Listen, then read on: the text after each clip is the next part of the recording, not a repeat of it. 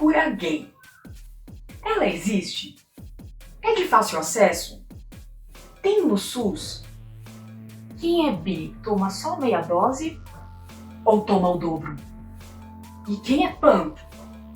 Se você também tem essas e outras dúvidas sobre essa questão da cura gay, o papo de hoje vai ser contigo.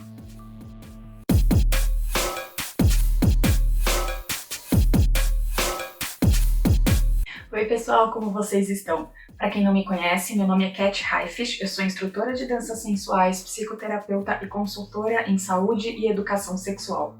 E esse é um espaço inteirinho dedicado a assuntos ligados a sexo, sexualidade e sensualidade. Então, se você curte essa temática, tira o sapato, senta aí e fica super à vontade para a gente conversar. Em pleno século XXI, a gente ainda se depara com algumas colocações sem comprovação científica alguma. E o que é pior, vindo de pessoas que já deveriam saber que essas colocações não têm qualquer tipo de comprovação científica. Uma delas é a questão da cura gay. Será que ela existe mesmo? Bom, para responder essa pergunta, eu gostaria de primeiro voltar um pouquinho na história para mostrar para vocês como que a psicologia, enquanto ciência, lidou com esse tipo de questão. Quando a gente pega a Grécia Antiga, Roma Antiga, a gente percebe que sim, era muito comum até em muitas comunidades existirem relacionamentos entre pessoas do mesmo sexo. Porém, as coisas mudaram muito, principalmente depois da Idade Média com a chegada do cristianismo. Então as pessoas que tinham relacionamentos ou relações sexuais com pessoas do mesmo sexo eram consideradas a princípio adoradoras do diabo ou possuídas pelo diabo e depois passaram a ser consideradas pessoas doentes e até mesmo criminosas. Isso fica muito evidente quando a gente vê uma obra escrita em 1887 pelo psiquiatra Richard von Krafft-Ebing, acho que é assim que fala, chamado Psychopathia Sexualis. Psychopathia Sexualis, eu não sei como fala essa parte, no qual ele descreve o homossexualismo como um tipo de transtorno. Em 1890, nasce a psicanálise com o vovô Freud. O que é importante a gente saber sobre a psicanálise em si, para esse vídeo, é que o Freud em si considerava a homossexualidade só como um tipo de característica da personalidade do indivíduo. Porém, vários outros psicanalistas discordavam, inclusive a filha dele, e muitos homossexuais foram inclusive banidos da comunidade psicanalítica. Ainda no século XIX começaram a surgir alguns tratamentos, inclusive algumas intervenções psicológicas e psiquiátricas, incluindo hipnose, a psicanálise, prescrição de abstinência sexual e terapia aversiva. E adivinha o que aconteceu com essa galera que passou por esses tratamentos? Nenhum deles deixou de gostar de pessoas do mesmo sexo. E o pior, a maioria, a esmagadora maioria deles, ainda desenvolveu seríssimos problemas psicológicos e psiquiátricos reais. Em 1990, a OMS, Organização Mundial da Saúde, tirou a homossexualidade de vez do CID-10, e isso depois de muita luta de ativistas da comunidade LGBTQ+. Aqui no Brasil, em 1999, o Conselho Federal de Psicologia estabeleceu novas normas de atuação para os psicólogos relacionadas ao trato profissional de pessoas LGBTQ+. No caso da transexualidade, foi só em 2018 que ela foi tirada do CID-10 pela OMS. Como não é mais vista como um transtorno e sim como uma orientação sexual, ou seja, uma parte da nossa característica, da nossa personalidade no âmbito sexual, foi tirado o sufixo ismo e colocado o sufixo dade no lugar.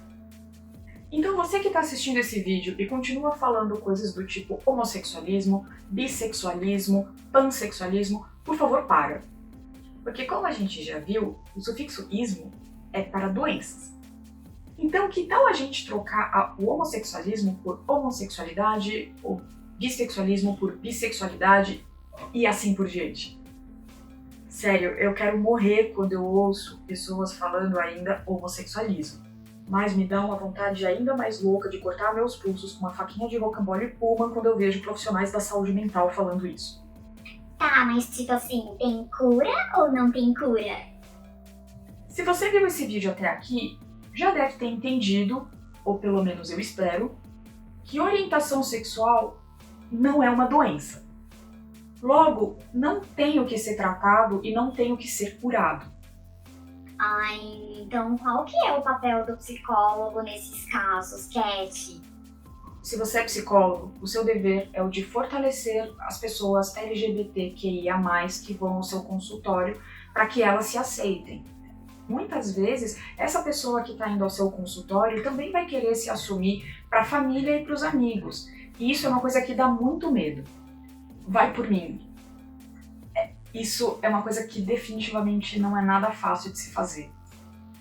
Em muitos casos, pessoas LGBTQIA+, vão até os psicólogos exatamente para deixarem de ser quem elas são, para elas deixarem de ser gays ou bissexuais, enfim, de ter desejos sexuais e amorosos por pessoas do mesmo sexo. Mas sabe por que elas fazem isso? Porque muito provavelmente ela está rodeada de pessoas que falam para ela o tempo inteiro que pessoas como ela nem deveriam estar nesse mundo e que pessoas como ela não são pessoas normais. Nesse caso, essa pessoa LGBTQIA+, não precisa de ajuda para mudar a própria sexualidade, e sim para entender melhor o próprio lugar no mundo e como se manter forte diante de tanta falta de informação. Então, se você é pai ou mãe de uma pessoa que acabou de se assumir ou acabou de se descobrir até LGBTQIA+, eu não vou te tacar pedras. Porque eu imagino o quanto deve ser difícil, né, para um pai e uma mãe, às vezes, que são mais tradicionais, lidarem com esse tipo de situação. Mas acredita em mim quando eu digo que ele vai continuar sendo seu filho, ou ela vai continuar sendo sua filha, independente de qualquer coisa. E ela vai continuar te amando, ele vai continuar te amando como sempre amou. Isso não vai mudar nunca. E na boa, a gente que é LGBTQ assumido já tem que se defender de tanta coisa lá fora, que quando a gente chega na nossa casa, a gente quer ter realmente a sensação de que a gente está sendo protegido e principalmente de que a gente está sendo amado e que a gente está sendo acolhido. Eu sei que essa é uma situação delicada para muitos pais. Então, se você tiver com muita dificuldade em aceitar o seu filho por ele ser LGBTQIA+, não tem nada de errado em você conversar com uma pessoa que entenda mais sobre o assunto, de preferência ou um psicólogo ou um sexólogo, para tentar entender melhor os seus sentimentos em relação a isso e para saber lidar melhor com essa situação. E se você está se descobrindo LGBTQIA+, e está tendo dificuldade para assimilar isso, para entender isso, entenda uma coisa. Sim, você merece estar nesse mundo. E não, você não tem nada de errado. E se alguém te disser o contrário, pensa na seguinte frase: a forma como uma pessoa reage aos outros diz mais sobre a relação dela com ela mesma do que da relação dela com os outros. Ou seja, muito provavelmente o problema que ela tem não é com você, é com ela mesma. Só que isso pode ser muito doloroso para ela conseguir reconhecer. Eu sei que esse momento de descoberta é muito delicado. Então, se você estiver tendo dificuldades para conseguir se aceitar, não tem problema nenhum em você pedir ajuda.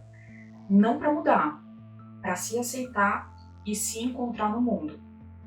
Afinal de contas, é como eu disse aqui no vídeo, não existe cura para o que não é doença. E aí, eu consegui te deixar um pouquinho mais tranquilo? Se ainda tiver alguma dúvida, pode vir falar comigo, eu estou sempre à disposição, pode me mandar uma mensagem privada que eu vou responder com o maior prazer do mundo.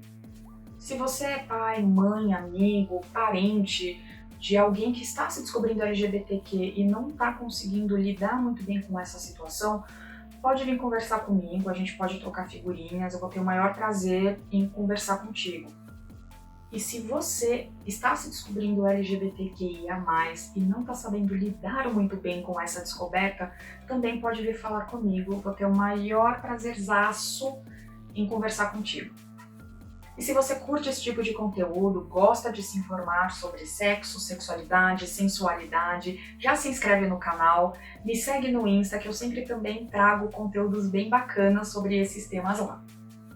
Então é isso, gente. Muito obrigada por assistirem até aqui e até a próxima!